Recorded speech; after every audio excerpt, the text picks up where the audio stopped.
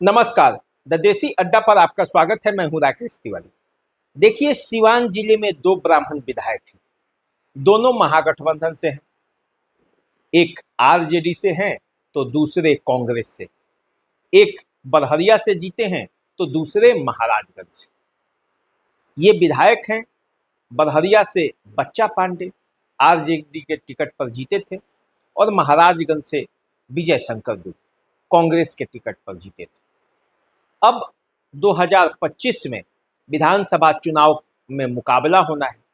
तो क्या 2025 का जब चुनाव आएगा, जब टिकटों का बंटवारा होगा, तो क्या इन दोनों ब्राह्मण विधायकों का टिकट कट जाने वाला है? इनके विधानसभा क्षेत्रों में इस बात की चर्चा है। चर्चा जबरदस्त तरीके से है और ये सवाल जब है तो पार्टियां क्या इन दोनों की टिकट काटने वाली है?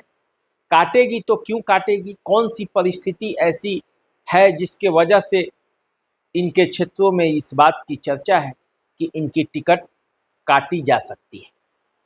आज इसी बात की चर्चा होगी। चर्चा इस बात की भी होगी कि जब 2020 का मुकाबला हुआ था तो किस तरह से ये जीते थे और जब ये जीते उस समय परिस्थिति क्या था, वो कौन सा टर्निंग पॉइंट था जो इन्हें जिता दिया था, और आज वो कौन सी परिस्थिति ऐसी आई है जिसके वजह से ये चर्चा हो रहा है कि इन दोनों का टिकट कट सकता है, इनका पत्ता साफ हो सकता है। तो चलिए शुरुआत करते हैं और शुरुआत में हम सबसे पहले आपको 2020 के चुनाव में ले चलते हैं और बात करते हैं सबसे पहले बड़हरिया की। बड़हरिया जहां से आरजेडी ने बच्चा पांडे को टिकट दिया। बच्चा पांडे के बारे में आप जानते हैं, सिवान के पूर्व एमएलसी टुन्ना जी पांडे के वो भाई हैं। बड़हरिया में वे इससे पहले लोजपा के टिकट पर चुनाव लड़ चुके थे। 2020 में जब आरजेडी का टिकट मिला और हिना साहब का समर्थन मिला तो बच्चा पांडे चुनाव जीत गए। बच्चा पांडे को कुल 71,793 मत मिले और वे 3559 मतों से चुनावी बाजी जीत ली। उनके जो प्रतिद्वंदी थे वो श्याम बहादुर सिंह थे। श्याम बहादुर सिंह कई बार जीरादेई से चुनाव जीत चुके थे। जनता दल यूनाइटेड के काफ़ी सक्रिय नेता माने जाते हैं। नीतीश कुमार तक उनकी पकड़ है और कई मामलों के लिए श्याम बहादुर सिंह चर्चा में बने रहते हैं। वीर बहादुर सिंह एलजेपी के उम्मीदवार थे यहाँ से और उन्हें 5,000 के आसपास वोट आया था, तो तीसरे नंबर पर रहे थे। तो देखिए, इस बड़हरिया में जहाँ 3,500 के आसपास के वोटों का ही अंतर था हार और जीत का, वहाँ बच्चा पांडे को इस बार टिकट मिलेगा कि नहीं मिलेगा, इसकी चर्चा इसलिए हो रही है क्योंकि बच्चा पांडे की जो एक मजबूत पकड़ हिना साहब और शहाबुद्दीन परिवार पर थी, उस मजबूत पकड़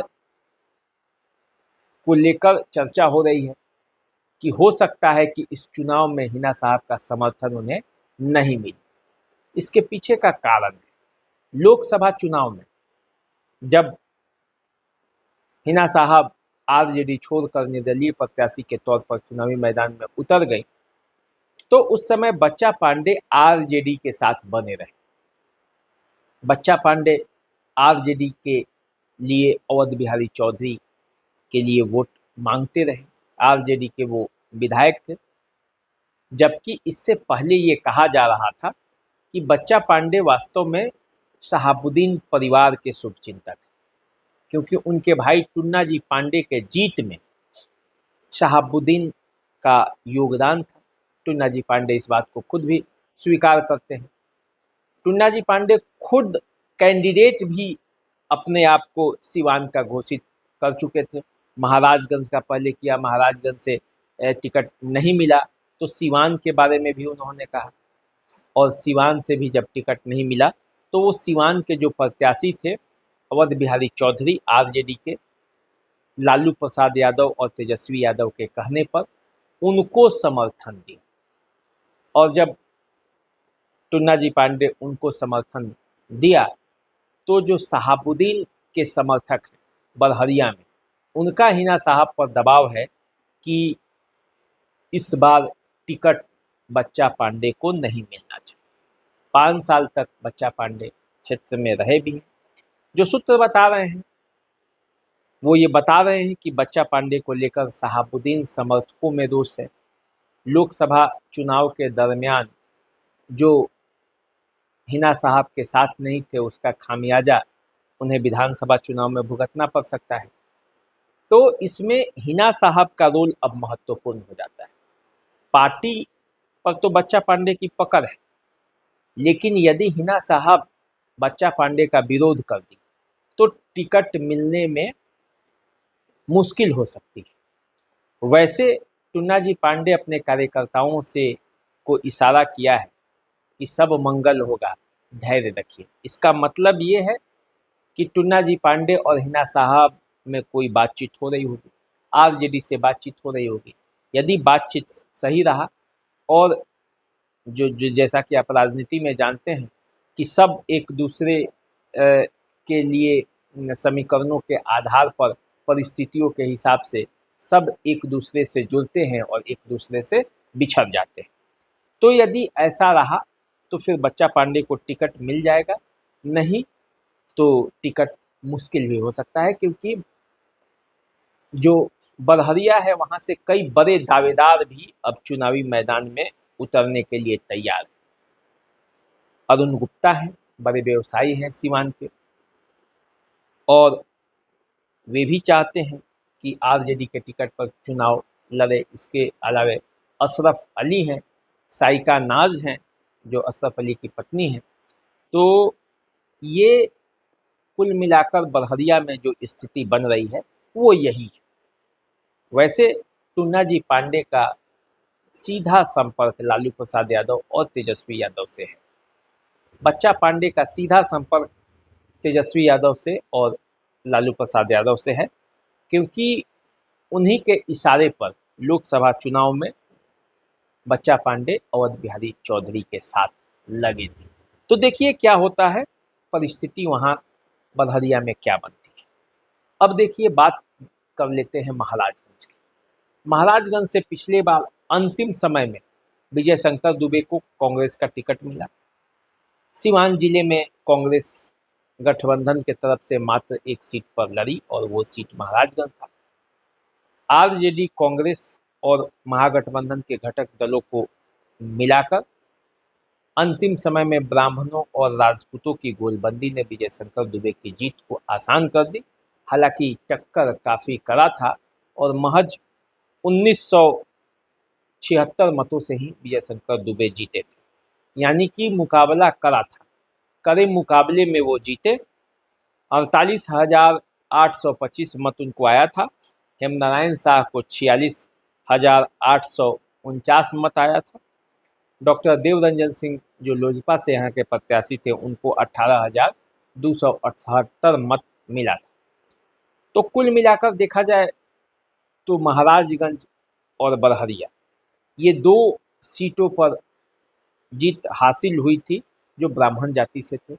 तो विजय शंकर दुबे ने जब जीत हासिल की उसके बाद महाराजगंज में लोकसभा का चुनाव आया और इस लोकसभा के चुनाव में खुद विजय शंकर दुबे प्रत्याशी लोकसभा के कैंडिडेट बनने के लिए कांग्रेस में अपनी दावेदारी पेश कर दी और टिकट मिला कांग्रेस के तत्कालीन जो प्रदेश अध्यक्ष थे अखिलेश प्रसाद सिंह के बेटे आकाश प्रसाद सिंह। तो जब आकाश प्रसाद सिंह चुनावी मैदान में उतरे तो विजय शंकर दुबे ने उनका सपोर्ट नहीं किया, उनके समर्थन में कोई जनसभा नहीं की, उनके चुनावी कार्यक्रमों में नहीं गए और तो और उनके बेटे सत्यम दुबे बीजेपी ज्वाइन कर ली। तो इसके बाद ये चर्चा होने लगी क्षेत्र में कि विजय शंकर दुबे भी बीजेपी में चले जाएंगे। हालांकि वे बीजेपी में नहीं गए, अभी भी कांग्रेस में हैं और वो दावा करते हैं कि कांग्रेस का सीट जो है महाराजगंज का वो वहाँ से वो चुनाव लड़ेंगे।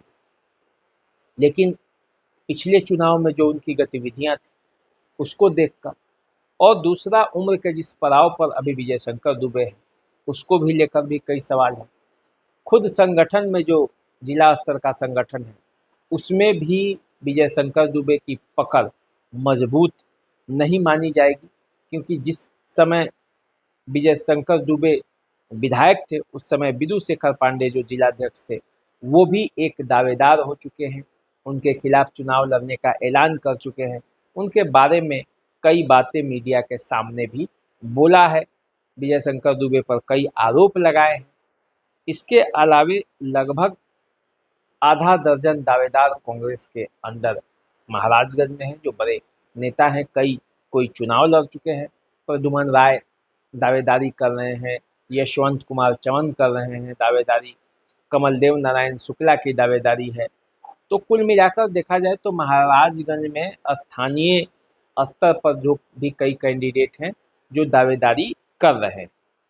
अब देखना ये है कि उम्र के जिस पड़ाव पर विजय शंकर दुबे हैं उसमें उनको कांग्रेस टिकट देती है नहीं देती है, लेकिन क्षेत्र में चर्चा है कि इस बार बदलाव होगा।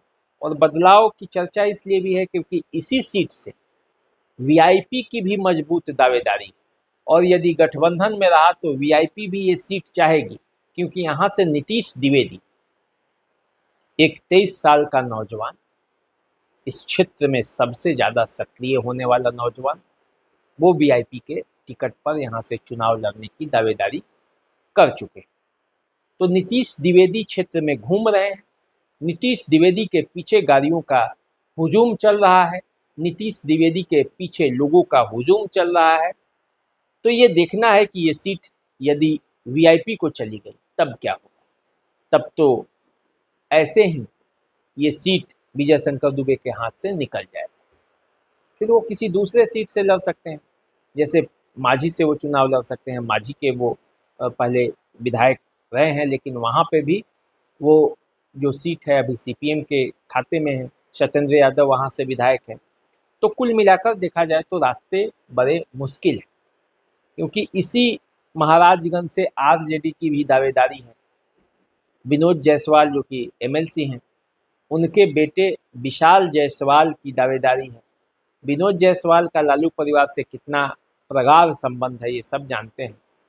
विशाल जायसवाल तेजस्वी यादव के अच्छे खासे मित्रों में एक माने जाते हैं, तो ये भी आप समझ लीजिए कि कितना घनिष्ठ संबंध है। तो तेजस्वी यादव और लालू यादव की चलेगी तो विशाल जायसवाल को भी टिकट मिल सकता है। मुकेश सहनी भी महाराजगंज के लिए सक्रिय हैं कि उनको वो सीट चाहिए। कांग्रेस के विजय शंकर दुबे भी लगे हैं।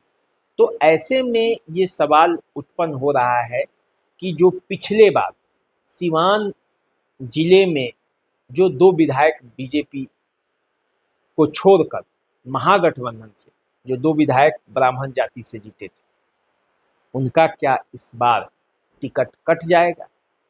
यदि टिकट उनका कटेगा तो उसके स्थान पर कौन आएगा? क्या किसी और ब्राह्मण को टिकट मिलेगा या नहीं मिलेगा? ये भी सवाल के घेरे में है, और ये आने वाले समय में पता चलेगा कि क्या होगा। लेकिन कुल मिलाकर देखा जाए तो सिवान में बड़हरिया और महाराजगंज, जहां से 2 कैंडिडेट जीते थे महागठबंधन के, काफ़ी करीबी लड़ाई में उनके टिकट पर खतरे के बादल मंडरा रहे हैं। परिस्थितियां बदलेगी तो हो सकता है कि इन दोनों को टिकट मिल जाए, लेकिन चर्चा क्षेत्र में है कि इन दोनों के टिकट पर खतरे के बादल मंडरा रहे हैं। तो चलिए देखिए आगे क्या होता है। जैसा कुछ होगा हम आपको बताएंगे, पूरा समीकरण भी समझाएंगे। अभी दीजिए इजाज़त, चैनल को सब्सक्राइब कर लीजिए। नमस्कार।